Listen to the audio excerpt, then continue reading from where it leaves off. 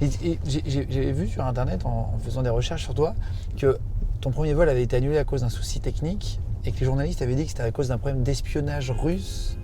Ils t'ont pris pour un espion russe. C'est ça l'histoire? Alors, lorsque j'étais à la NASA, il y a eu plusieurs annulations, reports de tir, parce que, comme j'ai dit, c'est très compliqué. La navette avait beaucoup de problèmes, c'était un engin très dangereux. Et il y a un journal français qui s'appelle le JDD, qui existe encore, qui a dit en première page que les Américains avaient annulé le vol parce que j'étais un espion soviétique. Oh là là.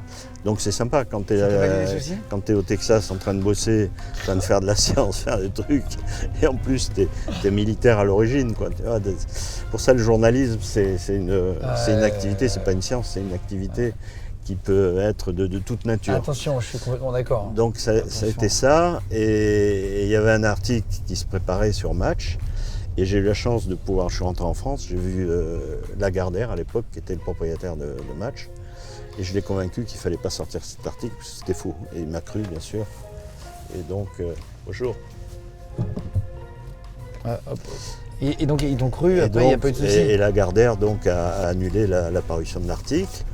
Ensuite, bon, c'est toute l'histoire d'espionnage, DST, tout ça. Bon.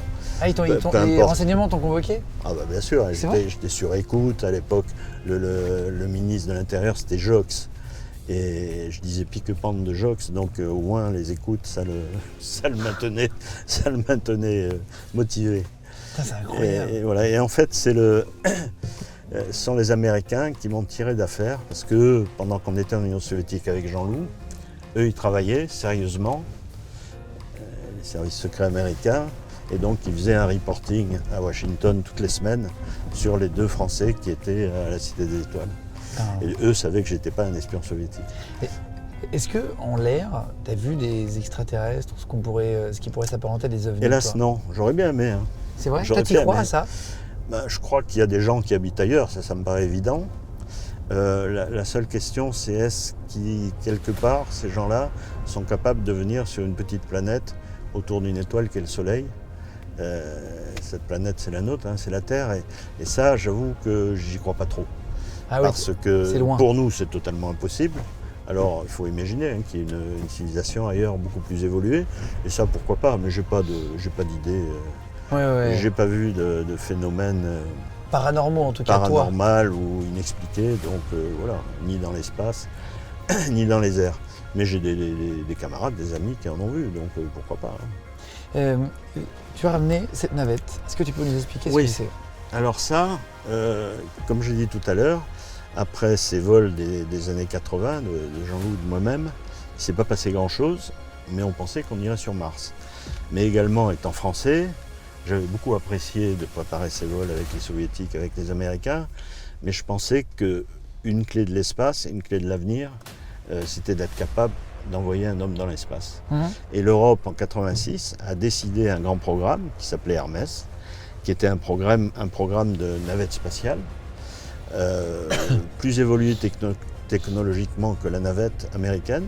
Donc c'était Hermès, c'est la maquette qu'on voit ici. Donc on a beaucoup travaillé sur ce programme aérospatial et d'assaut. Et malheureusement, ce programme s'est arrêté en 93. Ah là là. Donc il a rassemblé quand même un grand nombre de pays européens. Il y avait 9 pays qui participaient. Et on avait bien avancé, mais ça s'est arrêté. Ce qui fait qu'aujourd'hui, l'Europe n'a toujours pas de moyens propres d'envoyer un homme dans l'espace. Et je pense que dans l'avenir, ça sera important. Qu'on puisse nous-mêmes gérer ça. Oui, absolument. Là aujourd'hui, on paye cher pour envoyer de temps en temps un citoyen européen. Oui, c'est plus pour dire on y est, c'est ça? Voilà, moi je suis pour la conquête, donc aller plus loin, faire ce qu'on ne sait pas encore faire. Et j'espère que Thomas aura la possibilité d'aller sur la Lune dans un programme intégré auquel l'Europe participera, mais c'est pas gagné. Peut-être d'aller sur Mars un jour. Peut-être d'aller sur Mars. Tu as sorti un livre? Oh, j'en ai sorti 13, celui-là je l'ai sorti. 13? Celui-là, je l'ai sorti il y a déjà une quinzaine d'années. Patrick Baudry, la conquête spatiale en question. Chez Elitis. Voilà, si vous voulez le prendre. De toute façon, vous tapez Patrick Baudry. Oui, sur Amazon. Vous allez chercher les livres. Il y a plein de livres. Des livres intéressants pour apprendre des choses sur l'espace. Juste, tu peux nous dire pour terminer, tu as plein de patchs sur ton blouson. Oh, il y a plein de patchs. À quoi ça correspond? Ça, c'est les patchs d'émissions que j'ai préparées. Du CNES pour lequel j'ai une certaine affection, bien sûr, qui est une époque de ma vie. Ça, c'est le vol avec les Américains. Ça, c'est la patrouille de France dont je suis le parrain en 2014 avec Jean-Loup. Mon escadre de chasse, des trucs comme ça, quoi. Puis la France, et puis le vol franco-soviétique. Ah ouais. C'est celui-là le plus beau. Énorme. Ah, il est beau, celui-là. Énorme.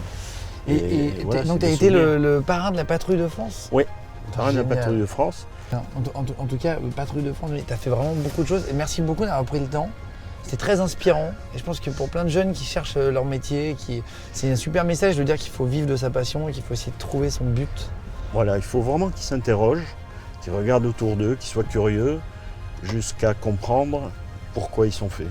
Ce qui va leur plaire, là où vont prendre leurs pieds, le métier qui va les passionner. Et à partir de là, tout s'ouvre, quoi. C'est-à-dire, on travaille, mais c'est beaucoup plus facile de travailler quand on sait à quoi ça va servir. Oui, bien sûr, exactement. Bah, c'est complètement ça.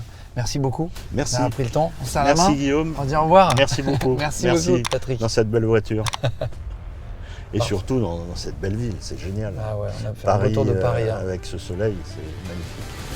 On est à 35 secondes, 35 secondes.